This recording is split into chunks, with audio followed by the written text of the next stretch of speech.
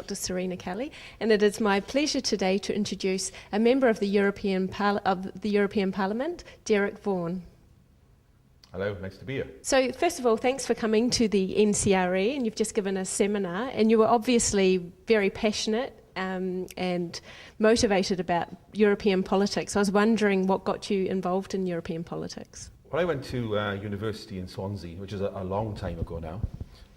My degree was in politics, but I specialised in European politics. So my interest started at quite a young age. And then as I got more and more involved in politics, I could see how important the European Union is for the UK, but for Wales in particular. You know, Wales gets a huge amount of funds every year from the European Union, but also a lot of the legislation which is passed at an EU level benefits people in Wales, whether it's workers' rights, environmental legislation, or consumer rights. You know, so it's very important, and it's important now, but I think it's going to be even more important in the future. So you were just mentioning actually in the seminar that that although the EU is important, for example, for Wales, this isn't necessarily promoted within the population. Did you want to expand a bit on that? Most of the infrastructure projects we have in Wales, most of the town centre developments are funded by the European Union. Most of the skills training projects helping people back to work, particularly young people, are funded by the European Union. Our rural communities get development funds from the EU. Our universities get millions and millions of pounds every year of EU funding, mainly for research and development. But unfortunately, not everybody knows that. The most people see is a little EU plaque with the EU flag on it next to an EU-funded project, and that's the most people ever see. So therefore, I think part of my responsibility in Wales is to speak to as many people as possible, businesses, but voluntary sector organisations, schools, colleges, universities and trade unions, to explain to them the benefits which Wales gets from the European Union. But I also say to those organisations, I think they have a responsibility as well. So for example, recently I had a meeting with the Welsh Government in Cardiff, and I said to them, whenever there's a project announced which should be funded by the European Union, you should say it's an EU-funded project and it's not just a Welsh Government project. And I think they've actually taken that on board. I've noticed recently they've been putting out some press releases which say this project, great project, and it's funded or partly funded by the European Union. So it's important everybody continues to do that. Because one of my main fears is if we don't be positive about Europe, and if we don't explain to people the benefits which Europe brings to Wales, but the rest of the UK as well, then there'll be more Euroscepticism in Wales and the UK, and eventually people may be persuaded to vote to withdraw from the European Union, and that would be an absolute disaster for Wales. You know, we have a huge amount of jobs which depend on that trade. We get loads of funding, loads of good policies. Therefore, we've got to make the case for Europe. And just recently, there's been an idea that's come out of Brussels to have a EU news centre, so talking about the European Union and promoting what the EU does. What's your idea? What's your opinion about that? Well, you've got to strike the right balance. I think it's important that people do understand what the EU does, all the benefits the EU brings to the member states, to the regions, but to them as individuals as well. We've got to let people know that. But on the other hand, of course, we've got to be careful with taxpayers' money.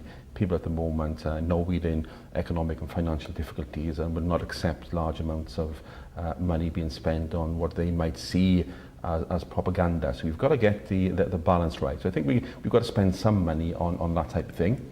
But I still think the main responsibility lays with individual politicians and with civil society to get out there and explain the benefits which the EU brings to them. And you just mentioned about the referendum, David Cameron's referendum. You obviously are against it. Am I right in believing that? Yeah, absolutely.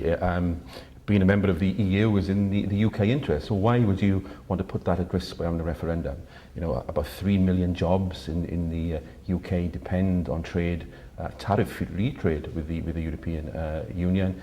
We get all the benefits from policies, from EU funds. Why put that at risk? And to be honest, you know, David Cameron has said he will have a referendum, not out of interest for the country. He's done it out of his own personal interest and out of the interest of his political party. I think that was wrong, and I think he's created 4 years of economic uncertainty because large countries like Japan, China and the US tell me quite openly that they invest in the UK because it gives them access to a single market of 500 million people. Yeah. They can manufacture goods in the UK, export them to the rest of the EU with no tariffs. If the UK wasn't in the EU, they'd have to pay tariffs, they would leave the UK, and we'd lose millions of jobs. So to put all that at risk in the interest of your party, I think is unbecoming of a Prime Minister. And finally, I understand you've been a member of the European Parliament since 2009, so you would have witnessed the ratification of the Lisbon Treaty. Have you seen a noticeable increase in the powers of the European Parliament? Yeah, because I wasn't there before 2009, it's perhaps difficult to make a comparison. But it's quite clear that since the Lisbon Treaty has been ratified, and I supported the Lisbon Treaty, that the European Parliament now has much more powers on everything. So for example, whereas before the Parliament was only consulted on the EU budget, now we have co-decision making powers. In other words, the budget has to be agreed by the Parliament and by the Council of Ministers. And it's the same for, with large policies such as agriculture, regional development, we get co-decision making powers. Even on trade agreements now, the Parliament has to give its consent to a trade agreement which has been negotiated. So we have much more powers than we did before.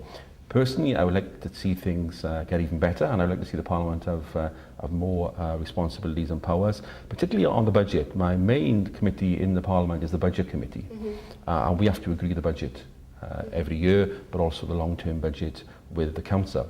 But still, it's member states who fund the EU budget. So they hold the purse strings, and it's very difficult having a negotiation with somebody who holds the purse strings. Therefore, my view and the view of the European Parliament is that the EU needs to find another way of funding itself, what we call own resources. And if we can get that, then the Parliament will have even more power, because then we'd have responsibility not just for spending money, but for raising money as well. So things have improved a huge amount since 2009, but I would like to see things improve even more, and the Parliament get even more powers in the future as well. Would that need to be a treaty change, or it could come in under the current Lisbon arrangements? I think more powers for the Parliament, or most of the suggestions could be done under existing treaties. So, for example, I don't believe a treaty change would be needed to change the way the EU is funded. I think member states and the Parliament could agree between them that we want a new system, that the EU should raise its own resources, and we've got various ideas for doing that, maybe VAT, maybe a carbon tax, and there are other ideas as well. So I think that could be done without a treaty change. Well, thank you very much for your time today. It was a pleasure to meet you. Thank you. It's been good to talk to you.